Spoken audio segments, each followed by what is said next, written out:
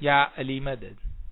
Otherwise, Rai Abu Ali Missionary, wise number 786. Telephone number 281-728-1359. Email mikemomin@hotmail.com. 13th of October 1982, wise in Seattle, Jamaat Khana.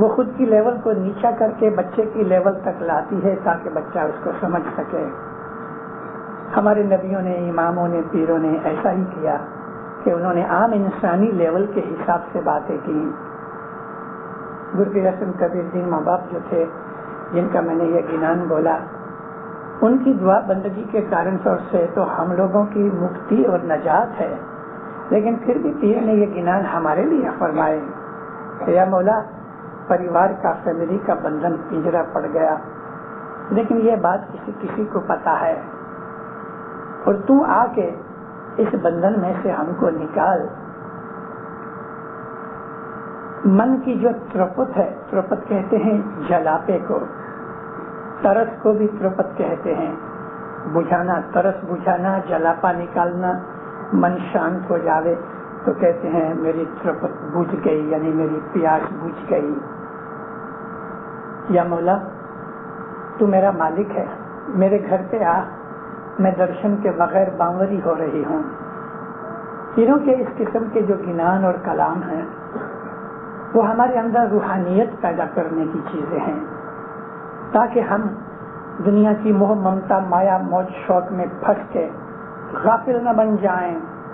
شراب کی ایک بوتل پی لینے سے انسان کی عقل جیسے گم ہو جاتی ہے، ایسا ہی دنیا کے اندر مال، دنیا کی عیش آرام، بیوی بچے، یہ سب چیزیں انسان کے لیے روحانی نظر میں بندھن کی طرح ہے، قید کی طرح ہے.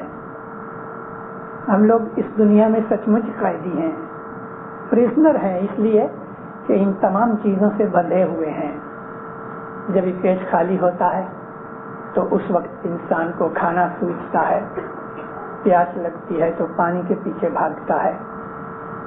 اسی طرح سے دنیا کے اندر انسان اور کتنی بھی چیزیں اس کے ساتھ لگی ہوئی ہیں، اس کی اسے سمجھ نہیں. جب اسے سمجھ آتی ہے اس کی اندر کی آنکھیں تب کھلتی ہیں. تو پیر کا کہنا کہ یہ جو دنیا میں میں پھنس گیا، یا مولا اس میں سے تو مجھ کو نکال، کیونکہ میں اکیلا اس لائق نہیں کہ میں نکل سکوں، تو میرا ہاتھ پکڑ. اس دنیا کے لیے، دنیا کی موہ ممتا کے لیے ہمارے گنان بھرے ہوئے ہیں. اسماعیلی مذہب جو ہے وہ روحانی مذہب ہے، اسماعیلی مذہب ہے وہ باطنی مذہب ہے. اسماعیلی مذہب کے اندر البتہ شریعت ضرور ہے، لیکن ہماری ساری عبادت بندگی، ہمارے مذہب کی جتنی بھی کریا کرم اور اس رسم ہے، مومنوں اس کا ایک ہی ایم ہے کہ اپنی روحانیت کو اونچا کرو، روحانی پروگریس کرو. ہم کو مولا نہیں کہتا کہ تم دنیا چھوڑ کے جنگل میں جاؤ اور عبادت کرو. ہم کو مولا نہیں کہتا کہ تم شادی نہ کرو. ہم کو مولا نہیں کہتا کہ تم بچوں کی دیکھ ریکھ نہ رکھو، بلکہ یہ سب چیزیں ہمارے اوپر فرض ڈال دی گئیں.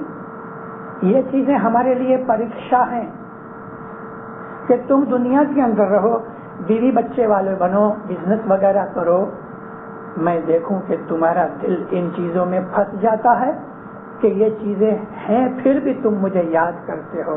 یہ دنیا ہمارے لیے ایک قسم کی پریکشا ہے. قرآن پاک میں فرمایا ہے کہ دنیا پل صراط ہے.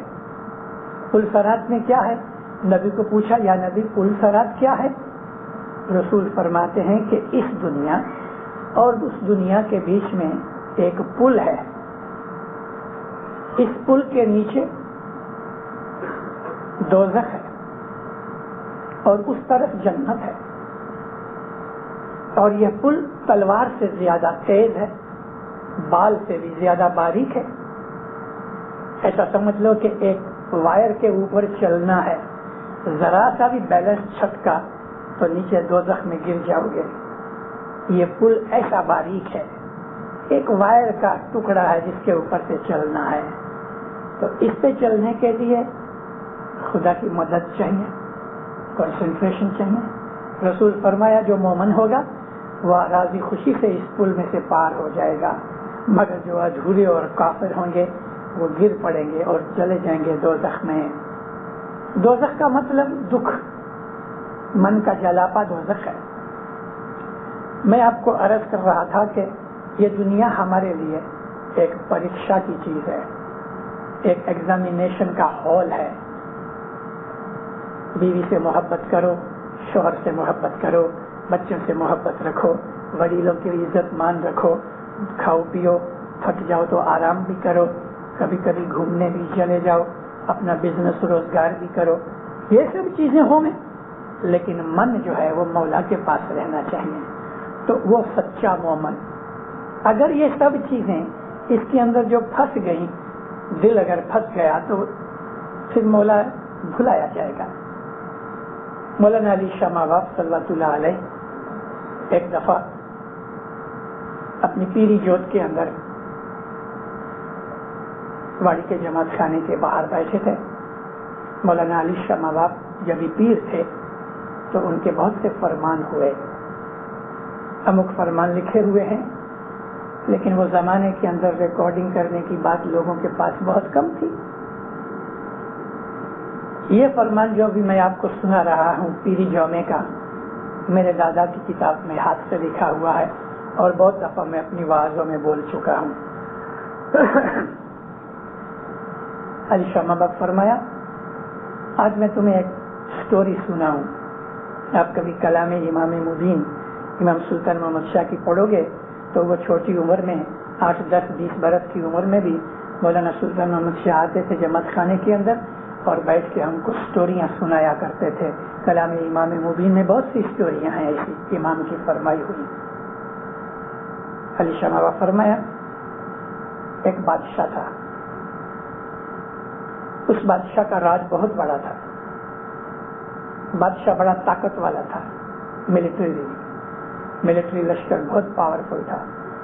اس کے ارد گرد کے جتنے راجے تھے سب اس سے دبتے تھے اور اس کو سالیانہ دیتے تھے. راجا کی جو پرجا تھی سبجیکٹ بھی بہت خوشی تھی، خزانہ بھی بھرا ہوا تھا، لوگ دکھی نہیں تھے، راجا کی آل اولاد بھی اچھی تھی. ہر لحاظ سے بادشاہ جو تھا اور اس کی سلطنت اور کنگڈم تھی وہ سکھی تھی. ایک دن بادشاہ کو ایسا خیال ہوا کہ میں نے اپنی پرجا کو ایسا بہت کچھ سکھ دیا تو میں دیکھوں کہ سچ مچ پرجا ایسی ہے کہ جو مجھے چاہتی ہے کہ یہ سب اوپر اوپر کی باتیں ہیں. یہ سوچ کر راجا نے ایک پلان بنایا. گاؤں سے باہر بہت دور اپنے کیپٹل سے 2-3 مائل دور بہت بڑی جگہ اس نے کور کی، ارد گرد جھاڑیاں لگا دی اور اس کو کور کر کے اندر اس نے باغ بغیچے لگوائے. کافی برس نکل گئے یہ چیز بنانے میں. اندر باغ لگائے، پانی کی نہریں نکلی، پھل فروٹ کے درخت لگائے. جب یہ سب باغ بغیچہ اچھی طرح تیار ہو گیا تو اس نے انتظام کیا کہ اندر کھانے پینے کی، موج شوق کی، ناچ گانے کی سب چیزیں وغیرہ رکھی جائیں. اور ایک دن جب یہ سب تیاریاں ہو گئی تو اس نے اس بات کی اناؤنسمنٹ کی کہ گاؤں سے باہر میں نے ایک باغیچہ بنایا ہے، میں اس میں جا کے چھپ جاؤں گا. جو آدمی میرے کو ڈھونڈ لے گا اس کو یہ سارا باغیچہ، اس کا سارا کمپلیٹ جو کچھ بھی اندر اس میں سامان ہے وہ سب میں اس کو بخش دوں گا. اور فلانے دن شام کے وقت یہ گارڈن کھولا جائے گا. راجا نے ایک آرڈینری آدمی کا کپڑے وغیرہ پہن کے بھیس بدل کے اس کے اندر صبح سے ہی جا کے بیٹھ گیا. اور جب اس شام کو گارڈن کے گیٹس کھلے اور پرجا اندر گئی، بے حساب بتیاں تھیں، جگمگ جگمگ ہو رہی ہے، پکوان پک رہے ہیں، ناچ گانا ہو رہا ہے، بچوں کے کھیلنے کے سامان جدے ہیں، کثرت کے سامان ہیں، کہیں شراب کا دور بھی چل رہا ہے. اس طرح سے جب لوگ اندر گئے تو گرم گرم چیزوں کے پکنے کی بات سے ان لوگوں کو ایسا ہوا چلو راجا کو تو ہم ڈھونڈیں گے، کافی ٹائم ہے صبح تک، بھوک لگی کچھ کھا لو. اور ہر چیز فری تھی. کچھ لوگ کھانے کے لیے بیٹھ گئے، کھانا کھانے کے بعد وہ اٹھے، تھوڑی بہت شراب پی لی، شراب کے بعد کچھ جہاں جگار کھیل رہے تھے وہاں جگار میں لگ گئے. کئی لوگوں کو گانے کا شوق تھا تو وہ گانے والوں کے پاس بیٹھ گئے. جن کو ڈانس کا شوق تھا تو وہ ڈانس پارٹی میں چلے گئے. بچے کے اپنے کھیل تماشے میں لگ گئے. کسی کو علم کا شوق تھا تو چوپڑیاں وغیرہ پڑی تھی وہاں وہ پہنچ گئے.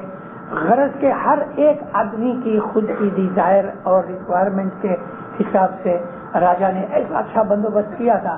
سب لوگ اس کے اندر لگ گئے.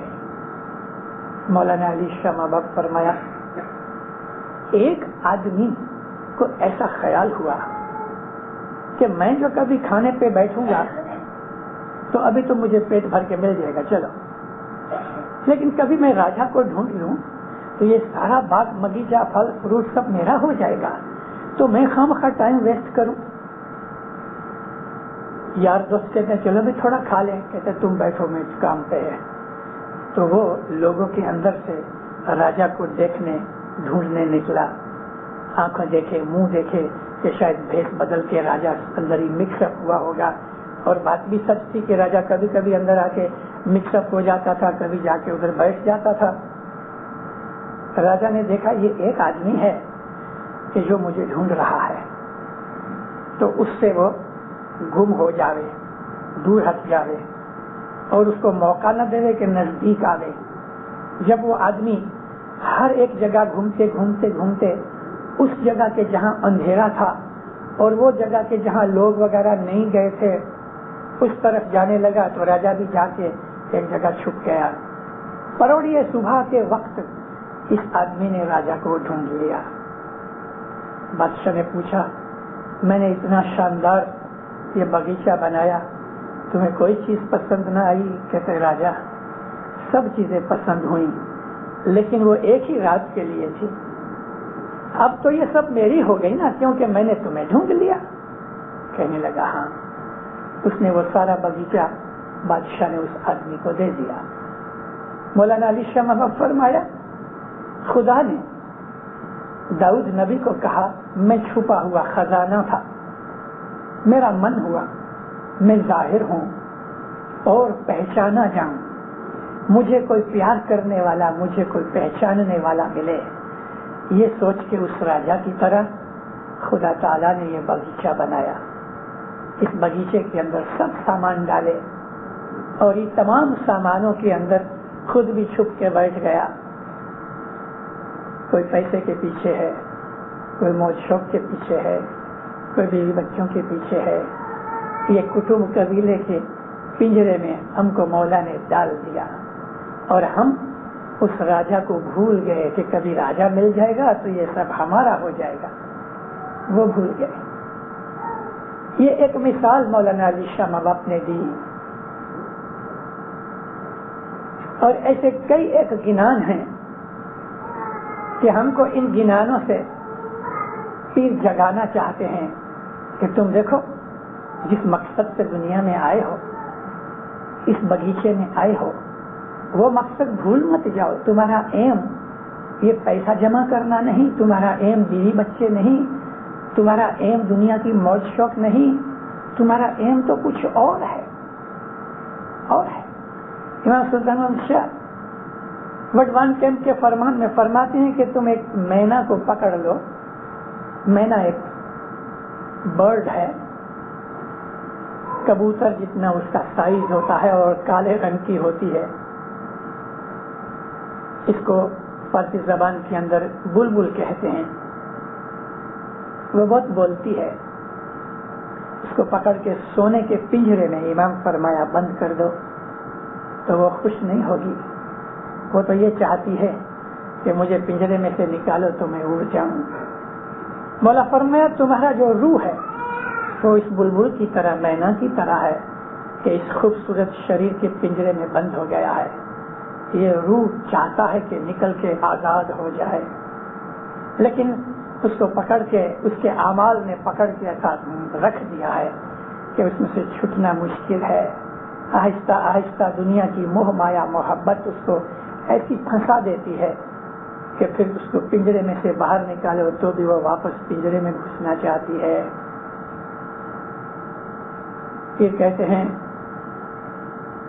جی કેના છોરુને કેના વાછરું કેના માઈને બાપ અંતકાળે જવું જીવને એકલું સાથે પુનને પાપ હર મન ભંવરા તું લોભિયો.